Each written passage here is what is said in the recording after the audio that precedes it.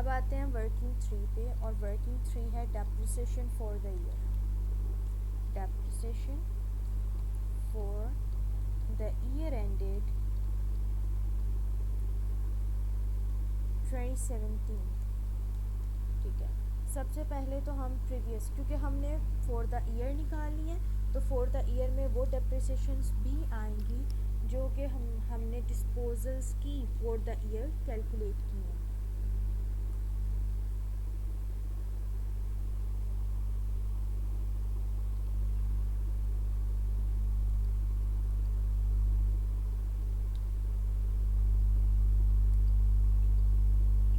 उसी तरह से यहाँ पे हम अगेन लिख लेते हैं डेट, यहाँ पे आएगी cost minus accumulated depreciation into rate into time factor, तो हमारे पास डेप्रिसिएशन एक्सपेंस आ जाएगा। तो ईयर एंडेड है 2017, ठीक है। और उसके बाद हम आते हैं, सबसे पहले तो हम यहाँ पे 30 अप्रैल है, तब हमने डिस्पोजल 1 किया है। यहाँ पे आप डिस्क्रिप्शन चाहें तो डिस्क्रिप्शन का भी कॉलम बना सकते हैं। डिस्पोजल 1 की यहाँ पे मैं D1 लिख रही हूँ। हमारे पास जो डेप्रिसिएशन एक्सपेंस आया था वो है 1597। उसके बाद हमने जो है वो 1 जुलाई 2017 को सेकंड डिस्पोजल किया अपना,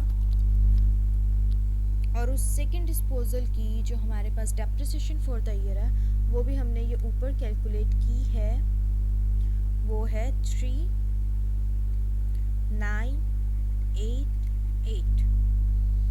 अब आते हैं नेक्स्ट, हमारे पास जो है, अब बेसिकली कॉस्ट का अकाउंट बना के देख लेते हैं। ये हमारे पास आ गया कॉस्ट का अकाउंट, इसमें ब्रॉट डाउन आया है 800 का, 800,000 का।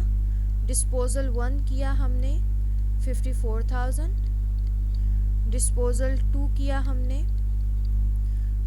डिस्पोजल 2 जो हमने किया वो था 65,000 का, ठीक है। उसके बाद एक न्यू मशीन ऐड हुई, एडिशन हुआ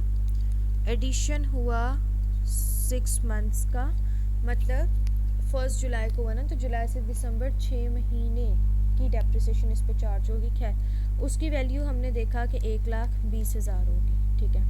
उसके बाद अगर हम इसका कैरी डाउन कैलकुलेट करें तो ये हमारा कॉस्ट अकाउंट इस तरह से बनेगा।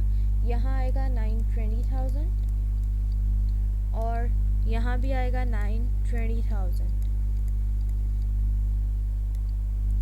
और कैरी डाउन आएगा इसको बैलेंस करके। जब हम इसको बैलेंस करेंगे तो वो होगा 920 में से लेस करूँगी 54 और 65, वो होगा 801,000। ये हमारा बेसिकली कॉस्ट अकाउंट है, ठीक है। अब हमने जो है वो न्यू कॉस्ट लेनी है जिस पे हम जो है वो अपनी कैलकुलेशन करेंगे।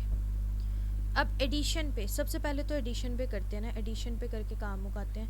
1 जुलाई को ही हमने परचेज़ किया था और 1 जुलाई से 31 दिसंबर तक ये एडिशन है। और एडिशन की एडिशन लिख ही लेती हूँ।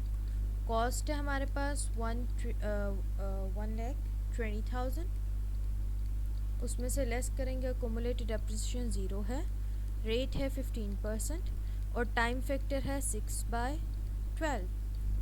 तो ये आएगा 120,000 इंटू 15% इंटू 6/12, 9,000।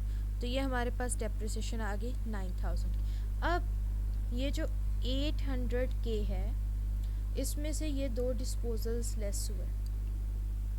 जब हमने इसमें से ये 2 डिस्पोजल्स लेस किए हैं तो अब हमारे पास कॉस्ट एग्जिस्टिंग की भी तो हमने निकालनी है।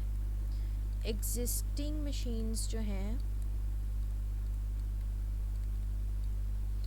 मशीन्स, उनकी हमने डेप्रिसिएशन कैलकुलेट करनी है।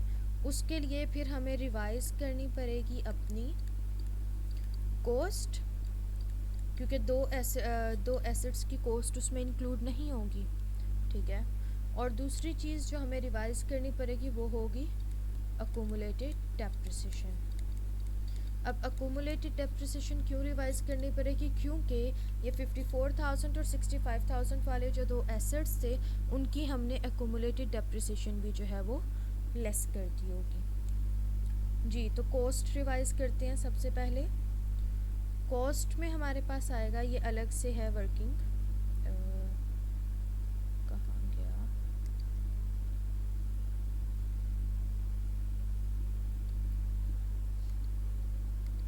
जी। तो रिवाइज्ड कॉस्ट आएगी हमारे पास, नंबर 1 कॉस्ट को रिवाइज करेंगे, 800 में से लेस करेंगे 54 और लेस करेंगे 65, तो हमारे पास रिवाइज्ड कॉस्ट आ जाएगी। ये है 681,000। अब डेप्रिसिएशन, अक्यूमुलेटेड डेप्रिसिएशन का बैलेंस भी रिवाइज करेंगे। उसमें हम जो है वो सबसे पहले तो टोटल लिखते हैं ना, वो थी 333,000। उसमें से लेस करेंगे 54,000 की अक्यूमुलेटेड डेप्रिसिएशन, ये जो हमने ऊपर कैलकुलेट की थी, ये वाली 22,065।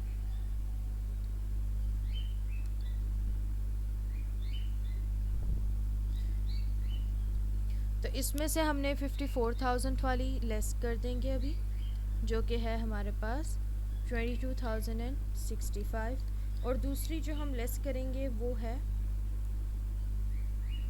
ये 65,000 वाली, ये जो डिस्पोजल 2 है, इसकी accumulated depreciation for the year, मतलब 2017 की डेप्रिसिएशन को लेस नहीं करेंगे क्योंकि वो अक्यूमुलेटेड डेप्रिसिएशन नहीं है अभी। दूसरी डेप्रिसिएशन जो 2015 और 2016 की डेप्रिसिएशन है, जिसका सम आया था हमारे पास 11,822, इसको भी हम यहाँ से लेस कर देंगे 11,822। तो हमारे पास जो रिवाइज्ड अक्यूमुलेटेड डेप्रिसिएशन आएगी दैट विल बी 301,113। अब रिवाइज्ड कॉस्ट आ गई, रिवाइज्ड अक्यूमुलेटेड डेप्रिसिएशन आ गई। तो अब हम जो है वो अपने एग्जिस्टिंग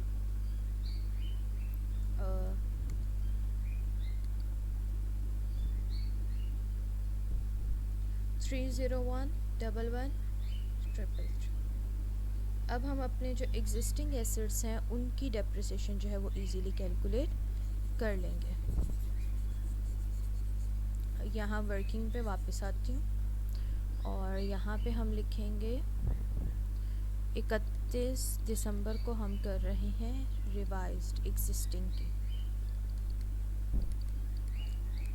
कॉस्ट है हमारे पास 683,000, उसमें से लेस करेंगे अक्यूमुलेटेड डेप्रिसिएशन 301,113, रेट लगाएंगे 15% इंटू 12/12। ये वो एसेट्स हैं, ये वो उन एसेट्स की नेट बुक वैल्यू है जो हमारे पास पूरा साल पड़े रहे हैं। और इसकी में हमारे पास जो डेप्रिसिएशन आ जाएगी वो अभी कैलकुलेट करके देख लेते हैं।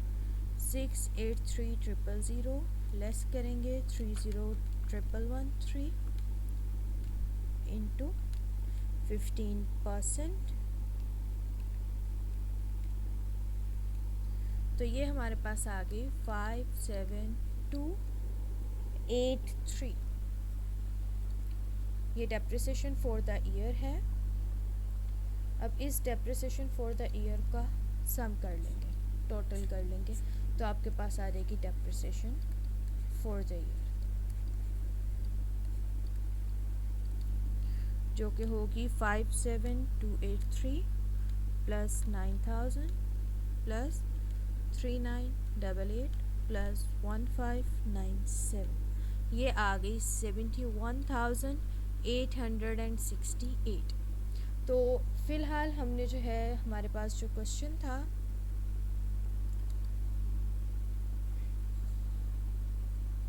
अकमल ब्रदर्स का, उसकी हमने सारी वर्किंग और डेप्रिसिएशन कैलकुलेट करना देख ली है। हमने कॉस्ट अकाउंट भी बना लिया है, डिस्पोजल अकाउंट भी समझ लिया है किस तरह से बनाना है, और हमें अक्यूमुलेटेड डेप्रिसिएशन का अकाउंट भी समझ लिया है।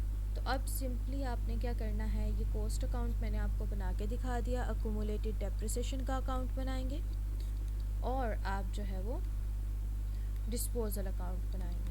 वर्किंग सारी हमने देख ली है डिटेल से, इन्हीं से अब हमने वैल्यूज़ उठानी है और अक्यूमुलेटेड डेप्रिसिएशन और डिस्पोजल अकाउंट में मेंशन करनी है। अपना ख्याल रखिएगा। अल्लाह हाफिज़।